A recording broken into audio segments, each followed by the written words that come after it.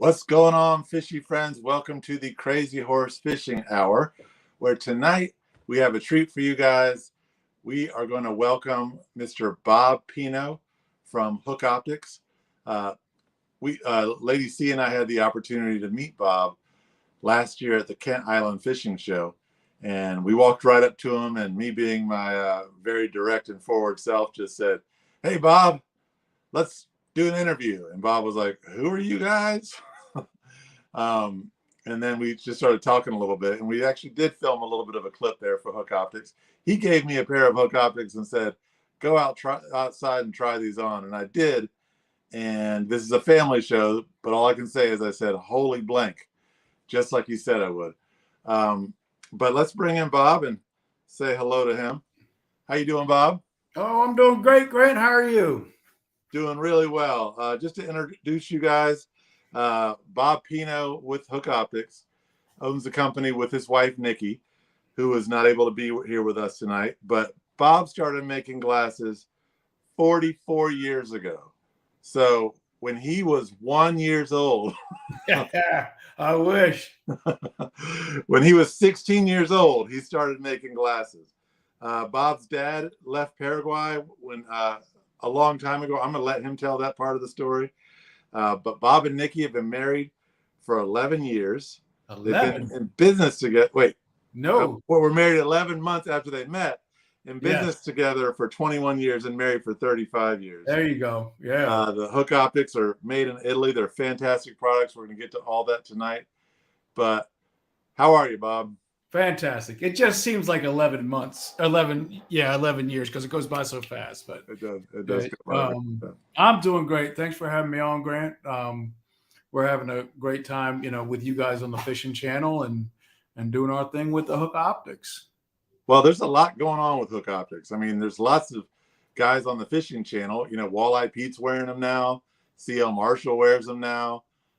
C.L. Marshall's been wearing them. Yeah, C.L. Marshall's been wearing them since pretty much when we got them in.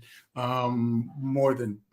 going on close to 4 years now that we started out, and we've been opticians. We've had our own practice in Centerville for 25 years. Or no, excuse me, 20 years. And we always thought, man, wouldn't it be nice to have your own brand and be able to, get exactly what you want? So with all that experience over the years, about 5 years ago, we saw some changes in the market, and we said, you know what, if we're ever going to do it, it's now. And we started the process, and then all of a sudden, showing up, having a booth at the White Marlin, more so for an optical galleria. And then we got the Hook Optics, and then people really started to like the Hook Optics. Just our first run, we didn't even have the emblem on the side. It was just printed on the inside, and it's grown from there. Yeah. I don't want to not bring up Big Bird as well. He swears by his Hook Optics. Well, when we met Big Bird, he came by. He came to the office. I mean, I'd seen him out at the Route 50 bridge and talked to him a bunch of times, and at the boat show and all. When we used to have a booth at the Ocean City Boat Show just for an optical galleria, it's a great way to meet people and get them in the store. So we met Big Bird there, and he came to me, and he had a pair of glasses. They weren't Hook Optics; they were just a pair of glasses, polarized, that he got. And honest to God, like that big was clear in the middle, and everything else had deteriorated around the outside.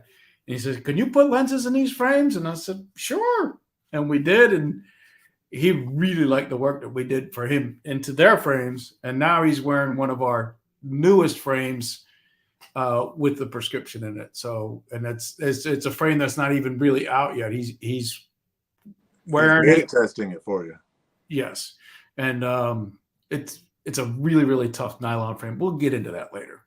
Well, I'll say this about Big Bird. When he gets something, like you said, with those original glasses that he came in with, he gets his use out of it. Oh yeah, he does. When Lady C and I went fishing with him, he was just telling us a whole bunch of stories, and he said, when we were kids, we used to like to run around and shoot each other with, you know, Roman candles or fireworks, right? Mm-hmm. And I don't know how old Big Bird is, but I'm guessing I'm going to say, I don't want to offend anybody, I'm going to guess he's 58, right? I don't know. That's probably a generous guess. But he said, you see this burn on my sweatshirt pocket? He's like, that's when somebody shot me with a Roman candle. And I'm like, wait, how old is that sweatshirt? But no, he's a character, and he loves hook optics. But I want to get into, you know, the whole process. I think a lot of people go into, you know, an optical galleria, or they go into you know, any store where hook optics are made, or any of the other brands. There's lots of other good brands out there, and they just see the final product. They just put them on their face, and just kind of think that the sunglasses grew on that rack there. But there's a lot more that goes into it. So if we can sort of kind of get into the nitty gritty, I know that you said you saw a spot in the market and an opportunity, but you know, tell us about the first pair of hook optics that came out, and how that process unfolded.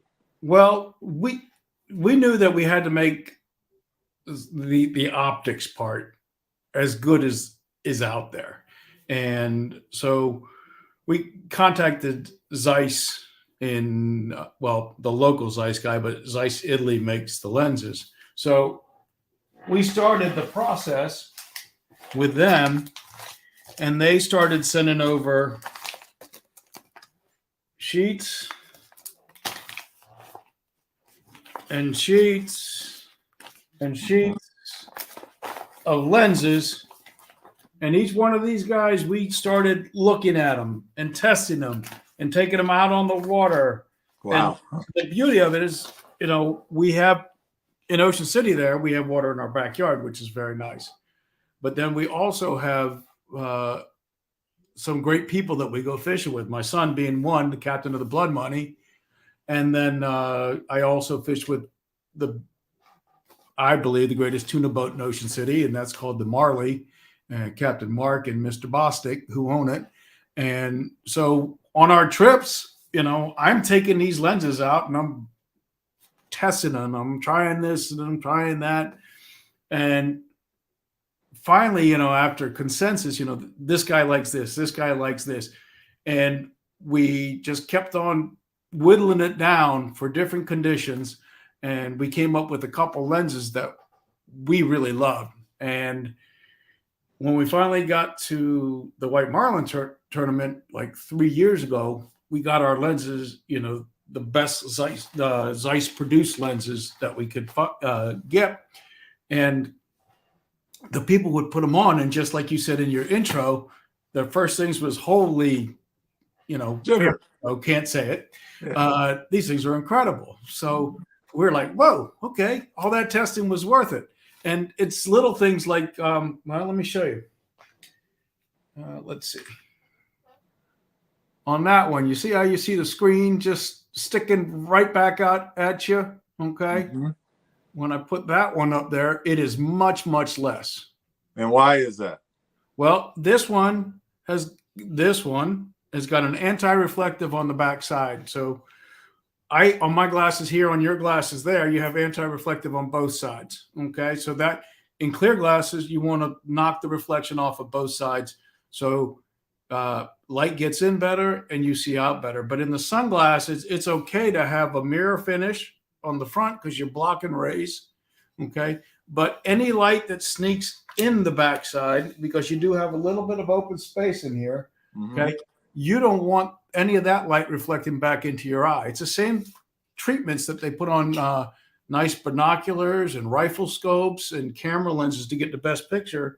Well, we put them on the glasses, so any light that reflects off the backside, you're not seeing that reflect back into your eye. Right. And that's why when people put on, they're like, wow, it's just so clear. It's because there's no reflection on, or very, very little reflection on the backside. Yeah. I also want to note, and this is just kind of one of the many testimonies that I can give to this man and his wife and their family for the business that they own. But the glasses that I'm wearing now are also a product of an optical galleria. And Bob and Nikki watched this show, have watched the show for a while now, and they noticed my old glasses with the studio lighting that we have here were reflecting a lot off of my lenses. And they said, well, we got to give you something with an anti-reflective lens so that that doesn't happen to you on set. So this is the kind of detail, folks, that I'm telling you that Bob and Nikki see when they're trying to take care of their customers. Yeah. And then that's what we do. We try to make the best glass, just like we try to make the best sunglasses every day in the store. We try to make the best glasses. So I want to show you also on our treatment. If you go by the Pasadena Boat Show, you can pick up one of these cards, and it tells you all about our treatments. Pasadena Show. Yeah, I've got one of those too, folks, and it says they're made for extreme weather conditions. They've got superior hydrophobic and oleophobic technology, infrared filter blocks, anti-static technology, scratch and smudge resistant, easier to clean than ordinary polarized sunglasses. How did I do with that oleophobic word? Did I do that pretty well? Oleophobic one's a tough one there, Grant. But it makes a difference because it beads up just like Rain-X on the lens. Yeah. If you got a fast boat, it'll just roll right off the lens. So it makes it easier to clean. The oleophobic kind of beads up the skin oils, lotions, and stuff like that, and it just makes it easier to clean. And then on our frames, for instance, this is the Big Eye, and you'll notice that it'll be hard to see, but that's the only rubber. Whoops, there it is. Maybe hold it a little closer to the camera, Bob. All right. There you go. The only rubber we have on the frame. And the reason is I don't have a lens cloth. The reason is because for years we've watched the people try to put the rubber on the temples and all the way around the bridge, and we've watched it fail time after time after time. The conditions that these glasses are made for are suntan lotion, salt spray, water, fish guts on your glasses, everything. We made them for fishing. They're great driving glasses. They're great walking around glasses, but we made them for fishing in those conditions.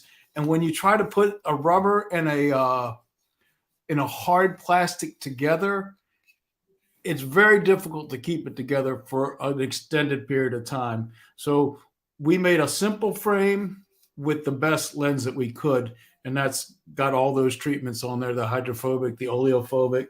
Our Thermoforce lens, which is in our gray frame, that actually cuts out infrared light. So infrared light causes heat. The soft skin around your eyes, it can affect that.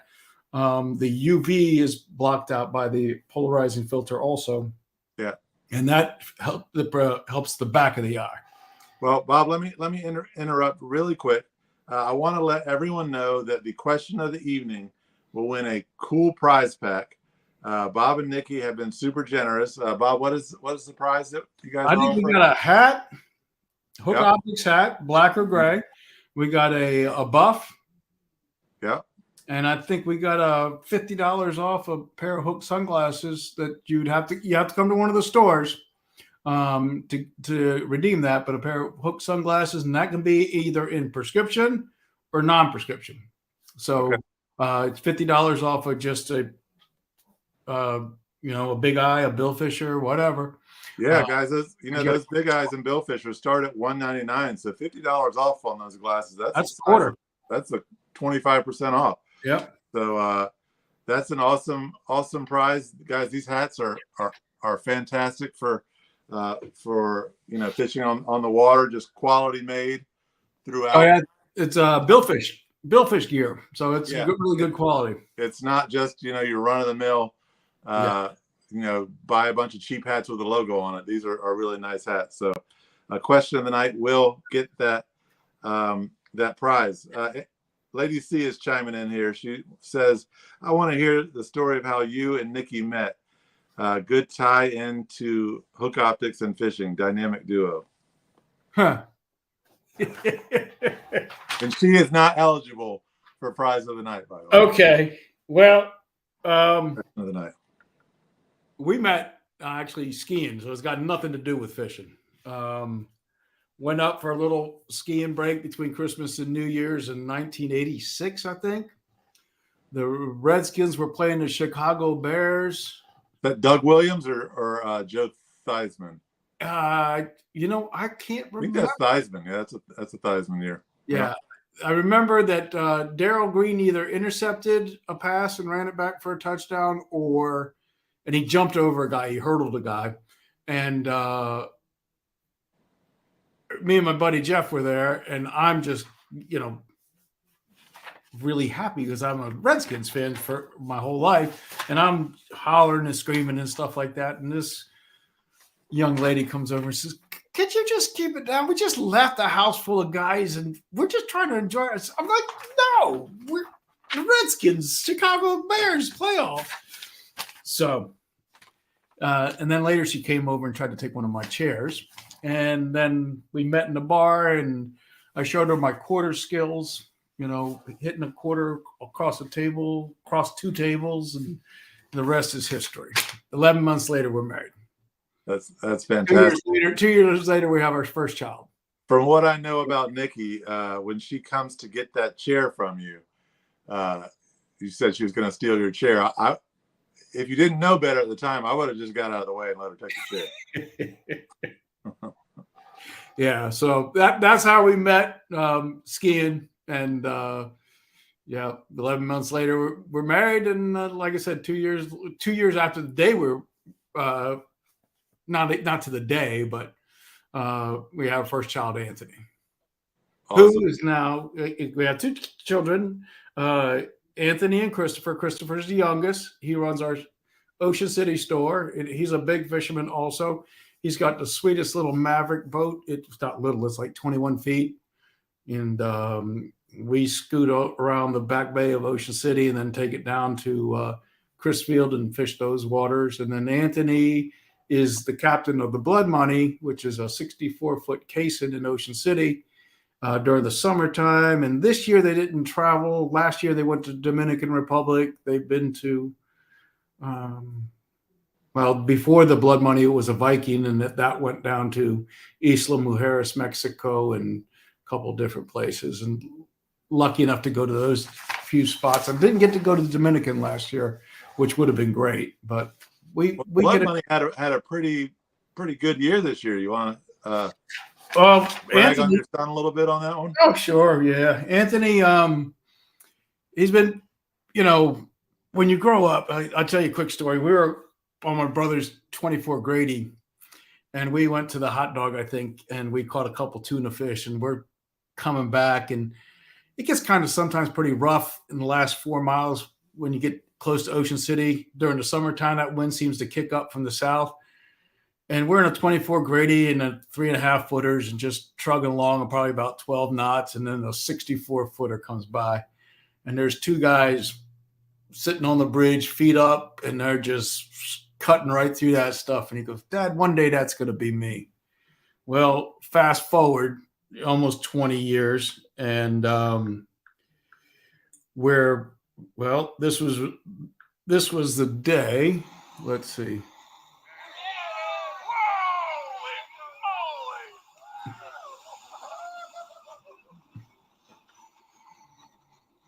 That's a catfish, right? Yeah, it's a catfish. That's a blue marlin on an epic day we had on the Blood Money. He was 2 fish ahead with the last weekend coming for the White Marlin Captain of the Year, most billfish. And I had just been fishing on the Marley, and we didn't have a stellar day, which was very unusual because they usually crush it. And I texted them and I said, "Looks like we had a pretty bad day." And he said, "Well, maybe you'll get lucky tomorrow and the next day." And I'm like, "What are you talking about?" Well, while I was out there, my uncle Squid Nation Billy and my wife Nikki, fantastic Nikki, had put together a trip with permission of the bosses to go on an overnighter out of Ocean City. That particular day was 4 blue marlin and 3 white marlin. And then the next day was 6 white marlin and 2 nice tuna at the end of the day. And that put him over the top. So this year he notched one off of his checklist of things that he's always wanted to do, and that's been the top captain in the Marlin Club. So, you know, that was, yeah, it was fantastic. I was really great. So happy, and the fact that when we were on the boat for that to really put him over the top, it was Nikki, myself, Christopher, and Uncle Billy. We had 2 fantastic mates, Crouton and Pinecone.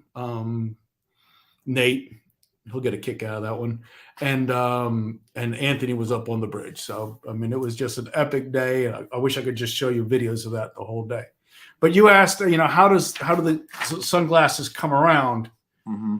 And so we started off. This one started off, say, over 14 months ago. Okay, we started drawing this guy out, and this one is specifically for the guy with the rounder head, big guy, wide head.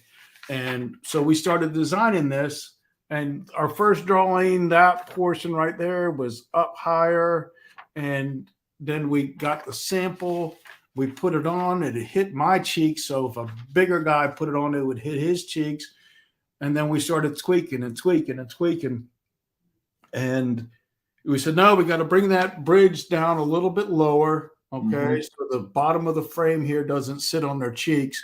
We got to reduce the angle over here on the frame. So again, it doesn't sit on the cheeks.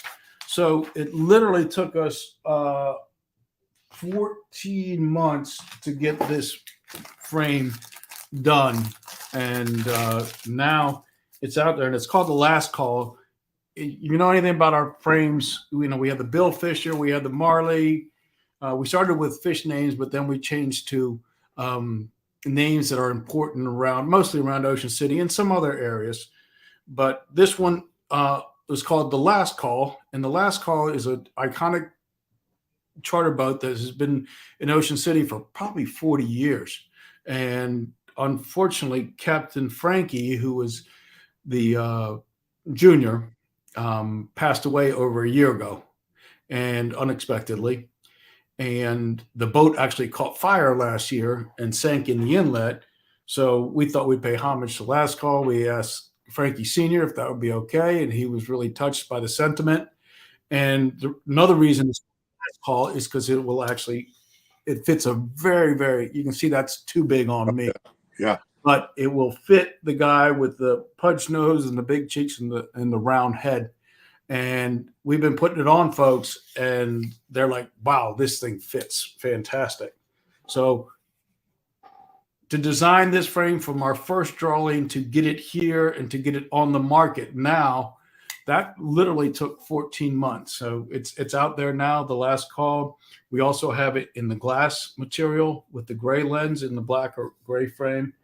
And we, when we were talking about, doing it for 40 years, being an optician for 40 years, we've seen what's available in the market and what's missing in the market. So we designed that for the big guy. And then there's another one. I don't have it right here right now. It's called the IBC, and that's for the petite lady frame. And again, we did a smaller frame, still wrapped so that you can get the peripheral vision, and it fits the petite lady great, because most sunglass companies design for the masses. They want to fit as many people as possible. But being an optician, I was able to, know that if we design one for the small person, I know in my store I can sell it like crazy, because stronger prescription or the petite ladies, they don't have anything to go to. So it worked out pretty nice. So, I mean, you guys have glasses for just about everyone and every occasion outdoors, at least. We do have some questions rolling in. So, and I always prioritize audience questions over my own. So, and a lot of these questions will guide our conversation. So Rodney asked, what is the most important innovation in developing sunglasses? Well, the polarization has been there for a while, but I think the finishes that we put on the lenses really make a difference.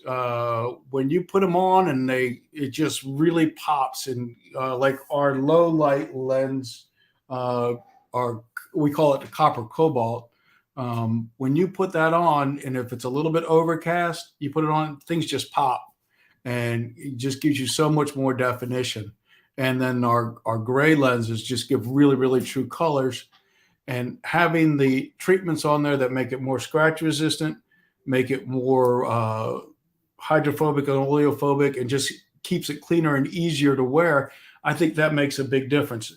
I was telling Grant that I was looking for, and I can't find it right now, the lens that I took to the backyard, and I shot it with a 20 gauge shotgun from 15 paces. No, from 15 paces, it blew it apart. I'm not going to lie. There wasn't much left of it. But once you went back to about 22 paces, still a 20 gauge shotgun, it did not go through the lens. It dented the lens. You could see the BB holes in it, but just that's a pretty strong lens. Oh, for sure. Yeah. Now they're not ballistic. Don't get me wrong. These aren't ballistic tested frames, because to be ballistic, they have to have a certain thickness on the backside, and there's no way that the lens can get pushed through the frame. These are fishing glasses; they're not ballistic, but they can take quite a bit. As a matter of fact, one of the owners of the Blood Money was fishing, and he had I think it was a yellowfin on, and he had a glass lens on, and they were fishing the white marlin, and they didn't bet the tuna Calcutta.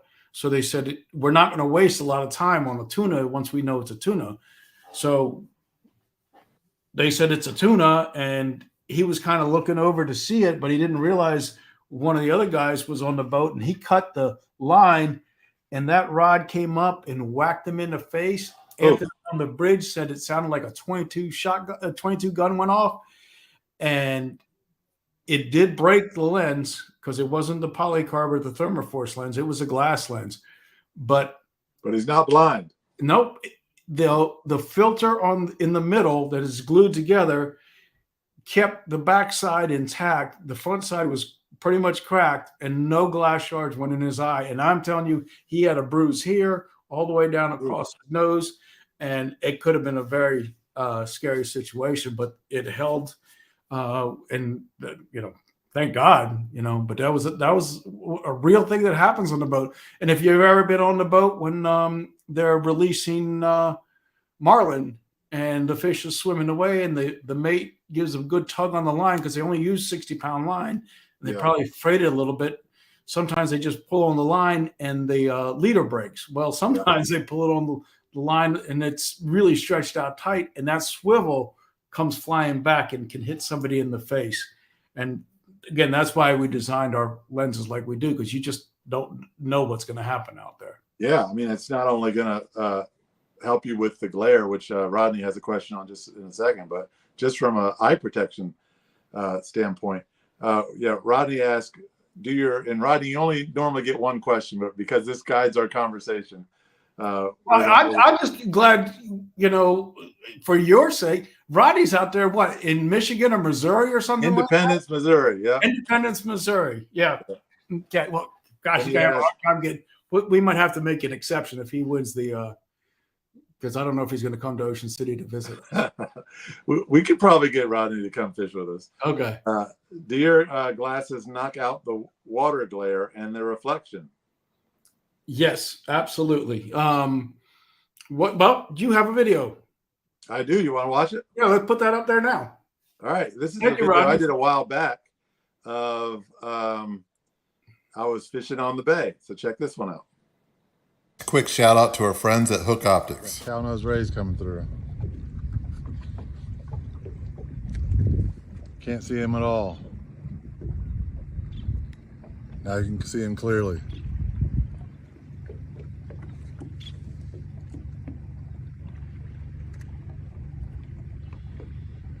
That's crazy.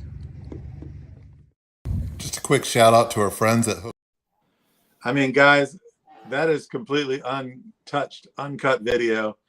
I wish I was good enough with video editing to enhance that even more. But guys, I mean, it clearly outlined those rays. Whereas before, Rodney, there was a lot of glare from the water. Yeah. So when the light comes through, like if you've ever been out there like high noon in the summertime and there's not a cloud in the sky, even without polarized glasses, you can see into the water pretty good. That's because those light rays are coming straight from the atmosphere, straight down. There's nothing to impede them coming down. But when you get a little overcast, okay, what happens is those light rays, they start coming through the clouds and they spread out all over the place. And as they're coming now to hit the water, they're not just coming straight down and hitting the water. They're hitting it at all different angles. And that's where you get the reflection, where the polarizing filter, it knocks out the glare on the 180. I was just watching a video that we did not too long ago at the store, and you could see we demonstrated on the car windshield that was in front of the store. Now let me just show you. Okay, I don't know if this is going to work. Okay, that's the glare there. You put two of them back to back, and it's going to be tough to see. But when you put two polarized lenses back to back, it should make it very dark and opaque. Well, if you're on the water and it's cloudy and you put on a pair of polarized lenses, it'll cut the glare on the 180 plane. But if you cock your head to the side, you'll see that glare comes back because it blocks it on the 180 plane, not the 90 plane. And that's what you want to block. And that's really good for driving too, because when that light comes through your dashboard, through your windshield, bounces off your dashboard back onto the windshield, it cuts that glare out and makes it a heck of a driving glass also. Nice. Yeah, the first time I wore them, I was driving around. I'm like, what's wrong with everyone else's windshield? For some reason, I was like, is that new technology? And then I realized it was the glasses. That was interesting. We have some more questions. Shore Sharp asks, hey, Bob, I watch Anthony on State of Sport Fishing. He's an awesome guy. My question is, I fish at Chesapeake. What color lenses do you recommend for the bay? Well, for the most part, I recommend the gray lens because the bay is murky enough as it is. And I like to see the clear bluish green water, as clear as possible. And it does going to give you the most, like the darkest lens and the truer colors. But there's the copper cobalt lens. Now, if you're going red fishing, okay, and you're trying to sight cast them, you want the copper cobalt lens. Okay, if you're going down around the islands, Tangier, Bloodsworth, and all that good stuff, and getting in that shallow water when you could actually see the fish, I would recommend the copper lens. If you notice all the guides in, say, down in Florida that do the Keys fishing, they usually wear an amber lens or the copper cobalt, and that's simply because it enhances contrast. If you see the shooters out there on the skeet shooters and stuff, they're wearing the bright orange ones and bright yellow and a couple amber lenses. That's because it enhances the contrast. It kind of whites out the background and you see movement better. And movement is the key when you're flats fishing, okay? Especially when you're bone fishing, for instance. They're so camouflaged that lots of times you won't see the fish, but if they're in, say, 3 feet of water and they're just above the surface, you'll actually pick up the movement, the shadow of the fish underneath the fish, and those amber lenses help for that. So pretty much for every day, deep jigging and stuff like that, I like the gray. It seems to be a little bit darker, but if I'm going to get in that shallow water and be trying to sight cast some redfish, I would recommend the copper. So just like you're not going to use the same rod that you're going to use for sea bass fishing as you are, casting, there's different lenses that you could use for different purposes. Got it. Great answer. Great question. Shore Sharp has another question. He asks, he's like, wow, that was my next question. But he's like, how well do the lenses hold up to scratches? I think that's a little bit more specific than the impact that you were talking about. Yeah. The no matter what, the glass is going to be more scratch resistant. Okay, but you got to you got to know yourself. That's the way I put it. If you're dropping stuff all the time, your cell phone, your keys, you bend over, your cell phone falls out of your pocket and lands on the gravel parking lot and things like that. Get the poly lens. That's not gonna crack. But just like your cell phone, if you drop your cell phone 10 times and you just drop it once wrong, it cracks. Okay. Mhm. That can happen with the glass lens. It's not going to scratch as much, and it's a little heavier, and the optics are really, really crisp and clear. But with all the treatments that we put on our thermoforce lens and our copper cobalt lens, they make them pretty darn scratch resistant. If you go on our website and you can scroll through our videos, there's a video of me down in the Keys, and I had taken one of our lenses, and essentially I just reached down, grab a handful of sand and just rubbed it. Now I didn't grind it in, and it's not Ocean City sand. This was Florida Keys sand, and just washed it off, and there wasn't a mark on it. Now, if you try that in Ocean City, that's not going to be so great. But our stuff is pretty scratch resistant, and like I said, yourself. If you're dropping stuff and you wear it on your hat flies off all the time, don't get the glass, because that if it hits just once wrong, it can crack.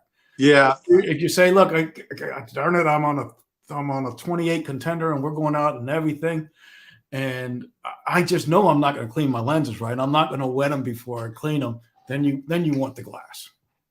Yeah, I'll say this much, is that I'm confident in their scratch resistant ability, but I love them so much for fishing. There's two things that if I have left the house and I've forgotten, that I'll turn around almost any distance to get.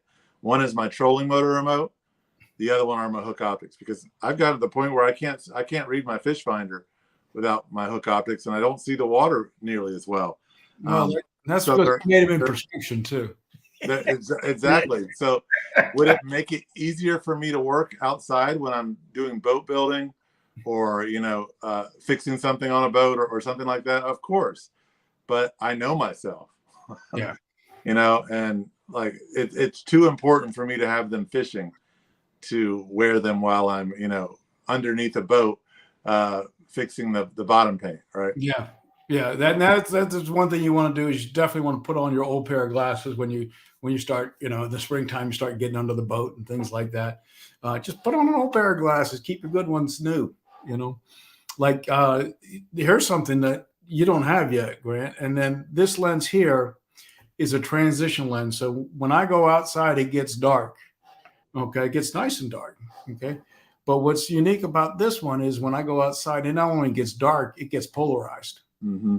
And I was really surprised of how well it worked. I mean, lots of times when you go fishing around here, you leave it's dark.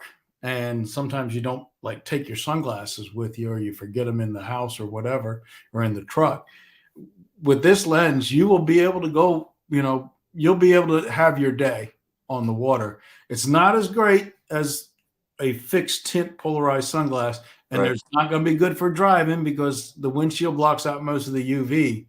But for just getting out there and starting the day, it gets dark and it gets polarized, and it's pretty darn good.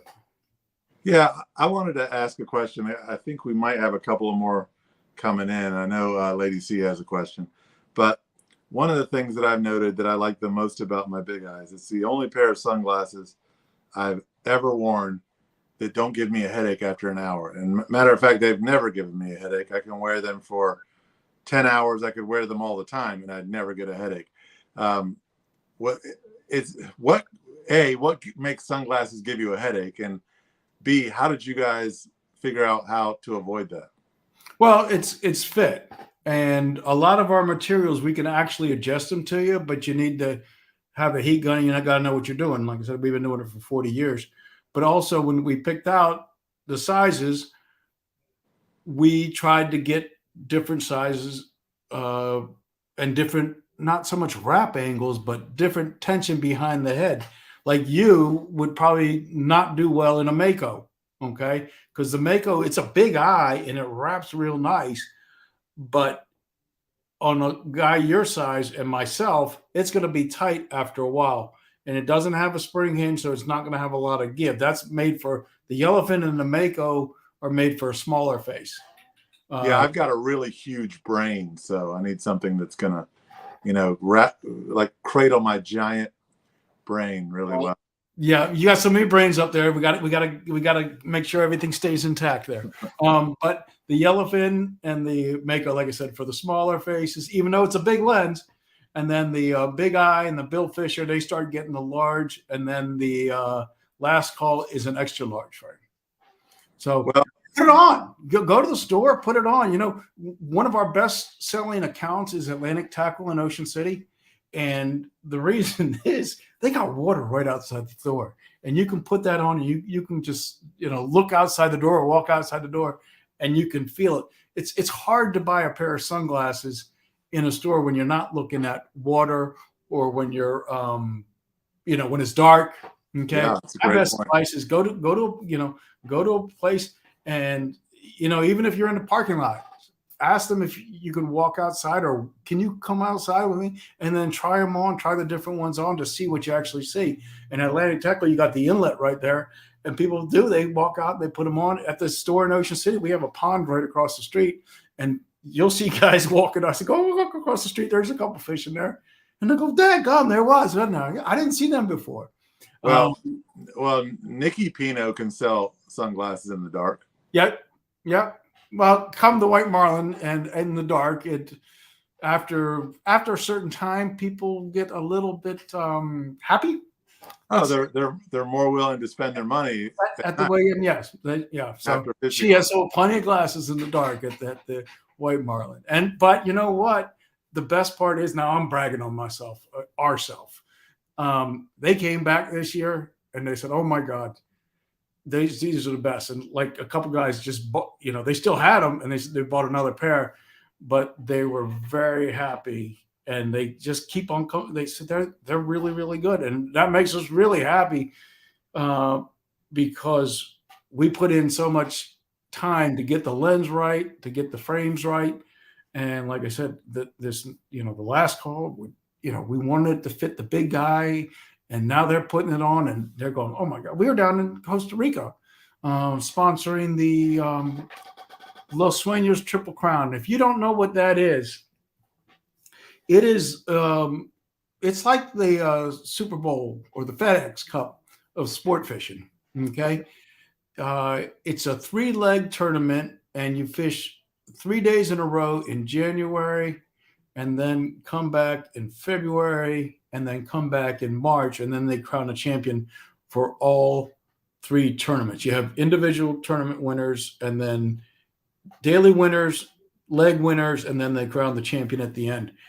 And these are some of the reason we want to sponsor it is because they have the best fishermen in the world. I mean, they're catching 20 sailfish in a day. I think Blue something or other caught 18 sailfish in one day in one leg of the tournament. Max Bet caught 6 blue marlin and 4 sailfish to take on the first day of the tournament, and they took the lead. And then some of the other boats that came up at the very end, they were like a good ways back, but they had fantastic days catching 4 blue marlin and a quad sail at the last minute of the last day. I think that was either Uno Mas or Team Galati. So they did get one more at the very last second. They caught 4 sailfish in the last 5 minutes, and that knocked them up. One team had 4 sailfish in the last 5 minutes, and another team had a double header blue marlin in the last 10 minutes. And what's really cool, now you might think this is exciting as watching paint dry, but the Los Sueños Triple Crown, since it's very mountainous around there, and there's a 50-mile fence, it's not a literal fence. It's you can't fish past 50 miles from the sea buoy there. they call in all their releases. So the score is tallying up all the way. If you go to LS tournaments, and then you click on the live radio, the second leg isn't until like another 2 weeks or 3 weeks away. But you will hear the tournament on the radio, and okay, it's impressive how many fish are being caught. But when you got somebody in the tournament and they're just right in there and you're listening to this thing. Oh, it's like watching a soccer game. Yeah. Well, it's like, yeah. And it's just like, oh my God, they just did I hear them catch a double? And they call a double and they're calling it in. So it's the best 50 of the best boats in the world with the best crews and the best captains. And we just wanted to go down there and get our glasses on them. And they really liked them. I mean, we put them on quite a few guys, and they came back from their days of fishing. They said these are nice. That's great. That's great. Telling that the radio part was really cool. I bet you with this, global internet with the satellite, what is it, StarNet or whatever. Oh yeah. I'll bet you we're not far away from tournament boats having streaming video all the time. Well, I have seen, I can't remember the names, but there's a couple boats out there that will just go live. They'll just go live streaming, and it's pretty cool.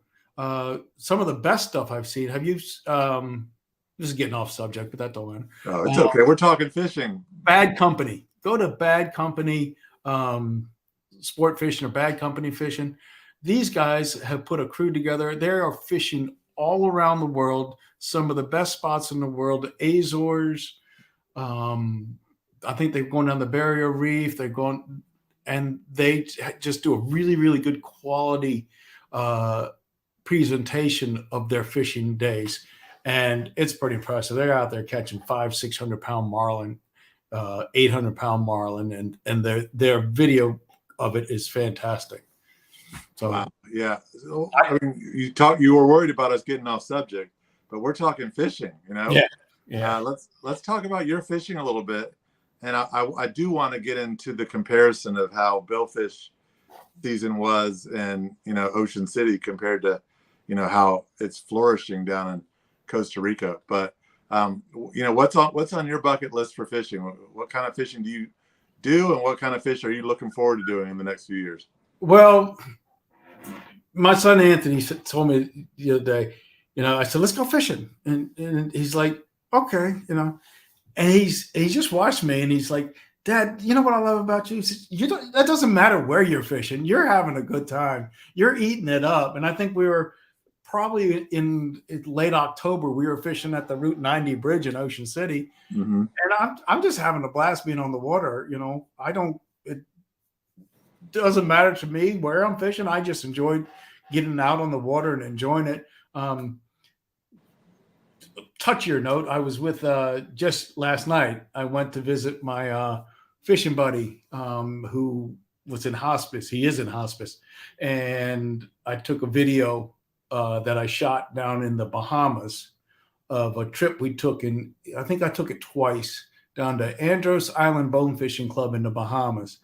And he got a kick out of it because we're just sitting there. Unfortunately, he's in bed. And I put it up on the television, and he's like, oh, I see a fish right there. Look at that. I'll be darned. Look at that. And then later on, he was like, oh, hey, that's me. Yeah. And it's like, oh, he's got one. And, it just kind of brought back the memories of being able to spend some time with him. When I opened the store in in Centerville 20 years ago, about 2 years later, I met Doc Ed. I didn't want to say his name. I met this gentleman, and we got to talking to other. He's like 30 years my senior, and he just loved to fish. And then we finally got to fishing on the bay, and he has fished that river. He told me stories, and that's the great thing about fishing with older guys. Guys, go fish. Find a guy. They will tell the best stories. And he's telling me stories about when they were younger, they used to commercial fish. They used to do the netting. And then, see that beach over there, Bob? We'd go over there. we'd light a fire, we'd cook our lunch on the beach. And I was like 13, he says, and he's 90. And so he was telling us these stories, and it's just some of that stuff you just can't, that's priceless. It's priceless. Yeah, there's certain stories like that you think, you hope that those times will come again, but that they won't. Not like that. No. And just to be able to have somebody just kind of like take you under the wing, show the river, because we moved out to the Eastern Shore 25 years ago. The store's been open for 20 years. So I hadn't been familiar with the Chester River and the Corsica and things like that. And I always tell the one story. It's a bit of a fish story, but he says, Bob, I'm going to take you to this one spot, and it's a really good spot, but here, put this on your head. I'll tell you when to take it off. And it wasn't really like that, but he took me, I'm telling you, he took me 15, 20 times before he took me to this spot, until I guess I deserved to go to this one spot. And boy, did we land on it, and we were just cranking in 24-inch stripers just, in this little itty bitty area, and you just had to be right on it. And just being able to, have that conversation with those guys. Another one was when I was down in the Bahamas, we went fishing with my friend and his friends, and I was the youngest guy. And one of the guys at that time was getting close to 90. And he just told great stories the whole time we were down there. And we were waiting in the Fort Lauderdale airport to fly back. And it was a crowded little bar area. And I said, well, tell me about this one spot that you guys fished on in the fall. And I just kind of set him up. And then he started talking. And you could see the people at the tables next to him. They didn't want to turn around, but they were just kind of leaning over and listening and just getting a little closer so they could hear him talk. Because it was just like, it was like a book narration. And setting the phones to record and just kind of laying it on the table. Yeah. And it was just so fantastic to be able to absorb so much of this information and the storytelling from people that have done it for years before you. I just got touched by all that. That's great stuff. And sorry to hear about your longtime fishing buddy, but it sounds like you guys have got to be able to experience some really good times together. Yeah, he's hanging in there, and I'm going to go visit him a couple more times, hopefully. And but just to spend your whole life on the river and being able to, he retired from next door, and he'd call me up and said, Bob, can you get out? I said, Doc, I'm not retired. It's 2:00 in the afternoon. I got patients coming in to get glasses. He's like, oh man, it's going to be really good today. So, but we got plenty of days in the river, and it was just a treat. And you know what, Bob? Like, people are, when you and I are old, people are going to look at our stories and say that those times will never happen again. So, this story about your fishing buddy is just a reminder to all of us to go out and make your story. Go out and make your story, and take a kid fishing, because you got so much more knowledge from over the years, and get them on the path of fishing, and instead of getting I don't want to get on a soapbox, but get them outdoors, get them fishing, have some fun. Anibal Pino, I think this might be a relative, says Anibal Pino, the primo Felicia. Feliciades. Okay. Anibal is in Paraguay. Now, my dad traveled to this country in 1950 to 52. He came to the United States. It took him 2 years. He drove a model, I can't remember if it's a 1929 Model A or Model T Ford truck. Okay. Wooden wheels. Okay, not 2 years to get here. 2 years, because they had to stop and get work. They broke down. He's got pictures. He's got a book. I don't have it right here right now, but he's got pictures of him crossing the Andes, and the air was so thin that he had to get pulled over a couple of peaks by a couple of oxen, and because the air was so thin, it wouldn't run the motor. The motor, yeah. When he was in Costa Rica, he was crossing a river, and they didn't have bridges down there. And then he was on a raft, and the raft fell apart, and the car sunk. And those Model Ts or Model A's, whatever it was, were modularly built. So he waited out there, took off the axles, took off the everything, brought it to shore, put it back together, had to make money to continue his journey. When he got to Atlanta, it was 1952, and he was driving the car at top speed was probably 30 miles an hour. Well, it got hit by one of the big 57 Chevys, and all four wheels broke off like Keystone Cops. Oh no. Yeah. But he made it, and like I said, when we first started fishing, I remember this one like it was yesterday.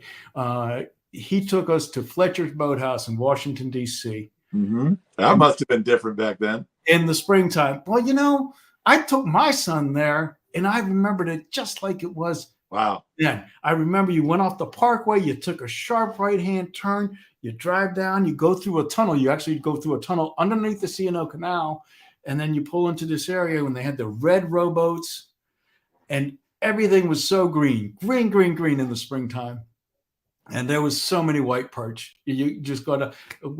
When I took my son out there, when my dad took me out, I hooked his friend in the ear with a hook, casting my rod. I remember that. Oh. And then when I took Anthony out there, he had a Snoopy rod. I said, "Well, just drop it down. We're not going to put bait on it, and just to see how far it is down to the bottom. No depth finder, nothing like that. It was a rowboat."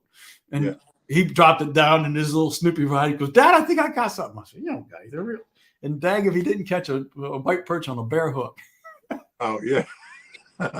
Yeah, white perch and spot will do that sometimes. For sure. I thought you were going to say you caught a catfish. No. White perch on a bear hook. And, but I just remember that Fletcher's Boathouse as being just a special place over the years. I haven't been back there in, gosh, 35 years. But I remember the red rowboats and how green everything was in the springtime. And it was just a special place. But your dad made it, and pretty much got here with nothing and pulled himself up by his bootstraps, right? Yeah. He's a mechanic. He worked at Edison Chevrolet, and then later Rogers Chevrolet out there at 50 and 301. And he lived the American dream. I mean, he had. I remember he bought a boat. We'd been borrowing a guy's boat for the longest time. And we had bought a boat, and this is just a sad and hilarious story. But we had bought a boat and a Chris Craft 25-foot cabin cruiser, and he had rented a slip at Columbia Island Marina right next to the Pentagon. And he took the boat there. We got it all. We drove it up from Aqualand Marina at Route 301, put it in, stopped by a friend's house in Mount Vernon, and then brought it up. And the next day he goes, "Hey, I just bought a boat. Come, let's go. I want to show you the boat." And he goes, "It's right down here on this dock." And he's like, "I know it's here on this dock. Where?" The boat sank. First day with a not brand new boat, a used wooden boat, and it sank. Oh, it just broke his heart. It broke his heart. But Dad, Paraguayan, like my Aníbal. I bet you that's the first person you've had from Paraguay in your show. That is. We've had Korea, but we've never had Paraguay. Okay. I don't think. Aníbal, the Paraguayan guys are very resourceful. He could fix anything, and dang, if he didn't pull it out, and we had the boatyard guy who said he was going to fix it, and he was taking his time too long. And my dad was a mechanic, and he just went in there and tore the motor apart, got it all fixed up, and put it back together. And that was our into fishing. I remember when our first time when we went from Columbia Island Marina to Point Lookout, I couldn't sleep at all at night because we were waiting to go blue fishing down in the Potomac, and he just was very resourceful and loved to take us fishing all the way to we moved from down there, then we moved up the bay and then back down the bay. And he just loved it. He just loved it. And him and his Paraguayan friends would come out, and we tell the story that there was like 11 Paraguayan guys. And my son Anthony says, Dad, and now you know why there's no bluefish in the bay.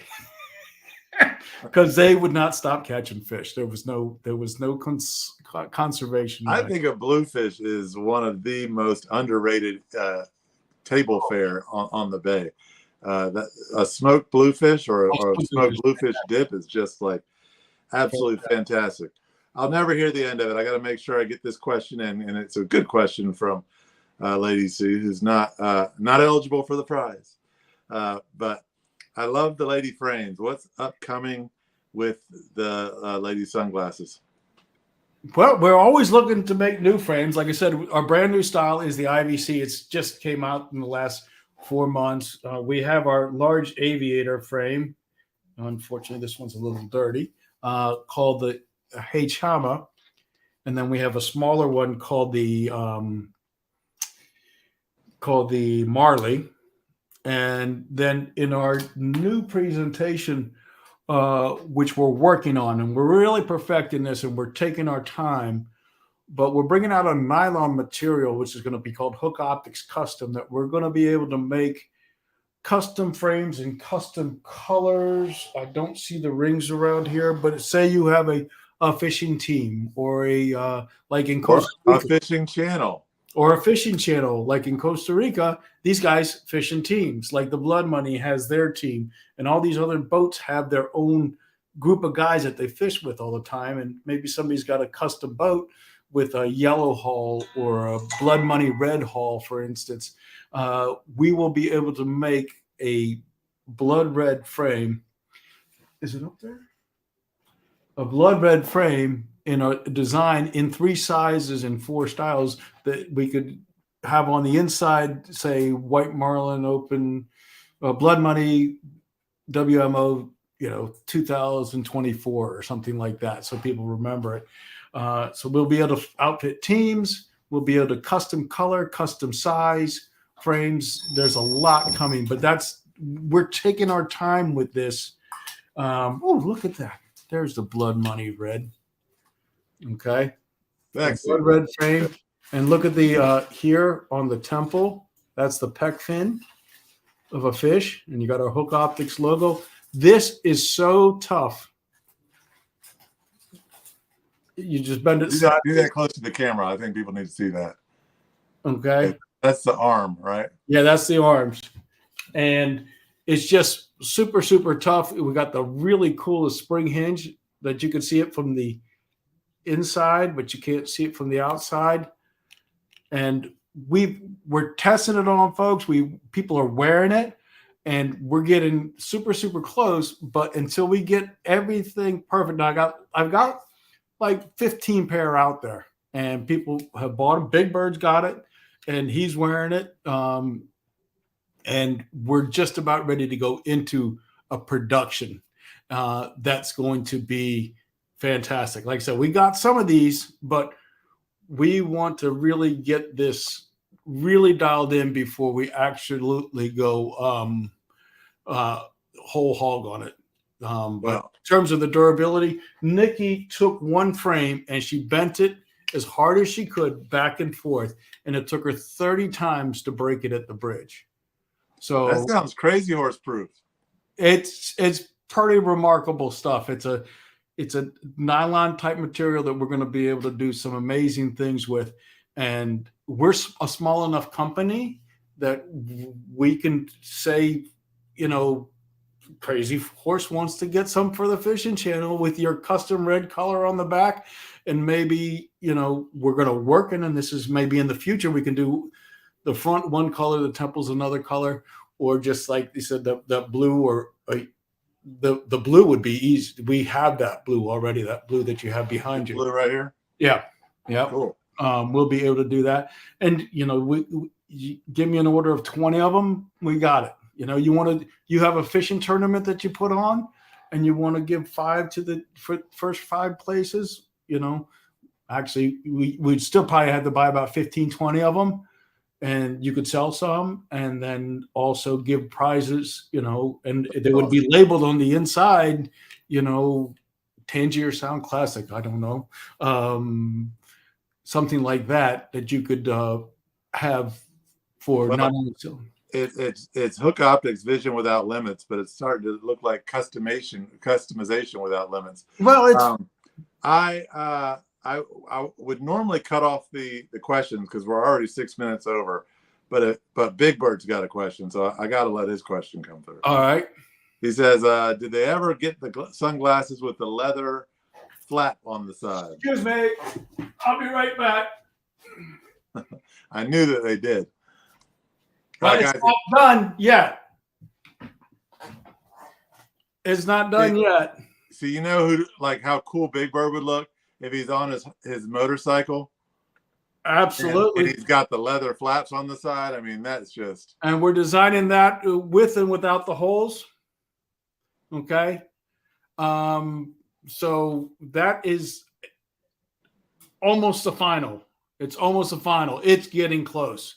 But the leather on the side, absolutely. Like I said, we got the holes and without the holes. So it's coming. Got it. It's coming. Well, Bob, it is that time of night. We've got Shore Sharp. We've got Rodney, and we got some others that have asked questions. Do you have, and Big Bird, of course, has asked a question. Do you have a question of the night that you feel that is deserving of the prize of a hat, a buff, and a $50 gift certificate to an optical galleria that can be used on Hook sunglasses? I think Shore Sharp's question about the colors, was that Shore Sharp about the colors? It was. Which one was the best color for the bay? Yeah. That was Shore Sharp. Yep. I think Shore Sharp got it. And that, and the compliment of your son was probably. That never hurts. That was probably, that's got to be a good play. I'll put in a plug in for him. Guys, if you got time, State of Sport Fishing on YouTube or a podcast. He does a really good job. Yeah, I wanted you to actually give a plug, and then we got a little bit sidetracked. But the last thing we do before we sign off, let's talk about that. How long has he been doing it? Where can people find that? I think they're up to episode 102 or 104, and the amount of talent in the industry that he gets on there, boat builders, boat architects. He did one not too long ago. Oh boy, it was maybe a year ago now, where they talked about all the new designs coming into boats. The designer hasn't built it yet, but having a boat that they can load water ballast into the hull to make it heavier in rough seas, and then pump it all out to make it super fast in calm seas. Too cool. I mean, on a 60-footer or something like that, to be able to lighten up the load that much, the things that they were talking about, it just blew my mind, and then getting talent from some of the best fishermen from around the world. He talked to people from Australia, and him and another fella, they're actually going to be at the boat show. Bill Fish Gear and Hook Optics are teaming up, and the podcast are teaming up at the Miami Boat Show. If you happen to be going to the Miami Boat Show, stop by and say hi to them. Hey, Pam, how are you doing? Pam, Tunas and Tiaras. If you know a lady that loves to fish, have them call Tunas and Tiaras and get on the tuna fishing team. It is a fantastic tournament. And gosh knows that time of year you can end up with a 200-pound big eye. Yeah. Yeah, Lady Sea fished it last year and had an amazing time. Rodney's asking a very valuable question that I think is important before we sign off. But he's asking, where can we find Hook Optics? Well, you got our 3 stores, Rodney, which is an optical galleria in Centerville, Easton, and Ocean City. On the shore over here, we have Atlantic Tackles, got a good selection. They carry mostly the glass. We just opened the Lewis Harbor store. There's go on the website and you can click down through there and go to the come to the Pasadena fishing show next week. And then we just signed up to do the They'll be available from TFC, and they're also TFC's available coming, yep. on our website. Yeah, absolutely. You can buy it through them. And there's a whole list of them. I don't know who was asking that question, Rodney or Shore Shop? About what? The location? That's Rodney. Okay, Rodney's. Yeah, I don't have anybody out in the Midwest yet. The webpage has where to buy. Oh yeah, the webpage has where to buy them. Yeah, Rodney, you can buy them on our website, or you can buy them on hookoptics.com. Yeah. And Shore Sharp prevented me from having to call him and making him do this, but he says he's going to get the copper lenses and he's going to stop in the OC location and see Christopher. So that's awesome. Yeah. Monday through Friday, 10 to 6, and Saturdays 9 to 1 in Ocean City. Yeah. I mean, it's a fantastic product. Obviously, maybe we're a little bit biased, but I'm not going to say that the brand of sunglasses that I had before Hook, but I scooped those out of my glove box today and just opened them, and I was like, oh my God, what junk. I'm not going to say what it is. Look, you guys are not allowed to go look at old pictures and find out what I was wearing. All I can say is we are just like working really hard. And I got to give Nikki all the props in the world, because Nikki sits at this desk many days until 4 a.m. talking to 4 a.m. What it's 10 o'clock in Italy or something like that. And she's talking to Italy and getting stuff on the website. And without Nikki, Hook Optics wouldn't be Hook Optics. She's the brains, the beauty, the brawn. Wait, what do you do? I just make glasses. I make glasses and I talk. Yeah. But no, I'm honest to God. All these things, we're deciding on lens color. We're deciding on frames. We're talking about machinery and everything like that. I've got to go to the shop and keep our shop going. Nikki is here getting all the finalization, and everything is done through her. She is the backbone of the company. And, Christopher and Anthony and I, we're out there a little bit more in the public, but it wouldn't happen without her. And that's the God's honest truth. Well, we've been, lucky enough to visit you guys at your house in Centerville and see Nikki at work. And gosh, she is a machine. She's incredibly organized, knows the business in and out. And imagine the passion your audience has for fishing. When Nikki gets that passion, some of her paintings, when she gets that passion going, and it's right now, she just wants to be the best. She don't want to be the biggest, just have some of the best product out there. And like I said, when we go down to do the white marlin and the customers come back, after wearing the sunglasses for a year, and they said that these are fantastic, she gets goosebumps, she cries, she hugs, she's like, yes, we're doing it, Bob. We're doing it. Yeah. And like I said, we're doing it small. We're expanding little by little. We just opened an account in North Carolina. We just sent product to Kenya. There's a Kenya fishing club out there. I can't remember what it's called. East Kenya Fishing Club. We're in Cabo. She's my hero too. So it's just, we're super, super psyched. And I thank you for having the same passion we have about glasses as you do about your fishing channel, you and Lady C, because you just got to be passionate to do something like this. And that's just, my life is glasses and fishing and being with the family. Well, it really shows in everything you guys do. Shore Sharp, when you get your hands on these glasses, be sure to tell other people that live in your area what a quality product it is, because it is without a doubt, they are, in my opinion, the best fishing sunglasses on the market. But thank you so much, Bob. As always, Thank you, everyone who tuned in to watch tonight. We will be on next week. I tip of my tongue, Lady C. Who's our guest next week? Maybe she doesn't know. She's remote.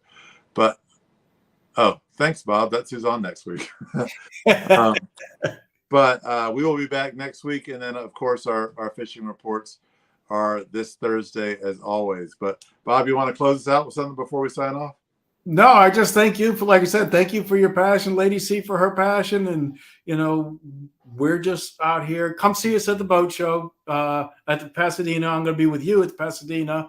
And then we're going to be at the Bay Bridge Boat Show. If you happen to be lucky enough to go to the Miami Boat Show, the boys will be down there. And if you know somebody, if you go in and ask an account, you know, where you buy your fishing stuff about the Hook Optics. And if you don't have it, maybe they should get it in. Maybe they should get it in. Yeah. Yeah. All right. Thanks, everybody. We're small. We can't be everywhere. Yeah. Thanks, Bob. Thank you. You have a great evening. Tell Nikki I said hi and to have a good evening as well. All right. Take care. Thanks, everybody.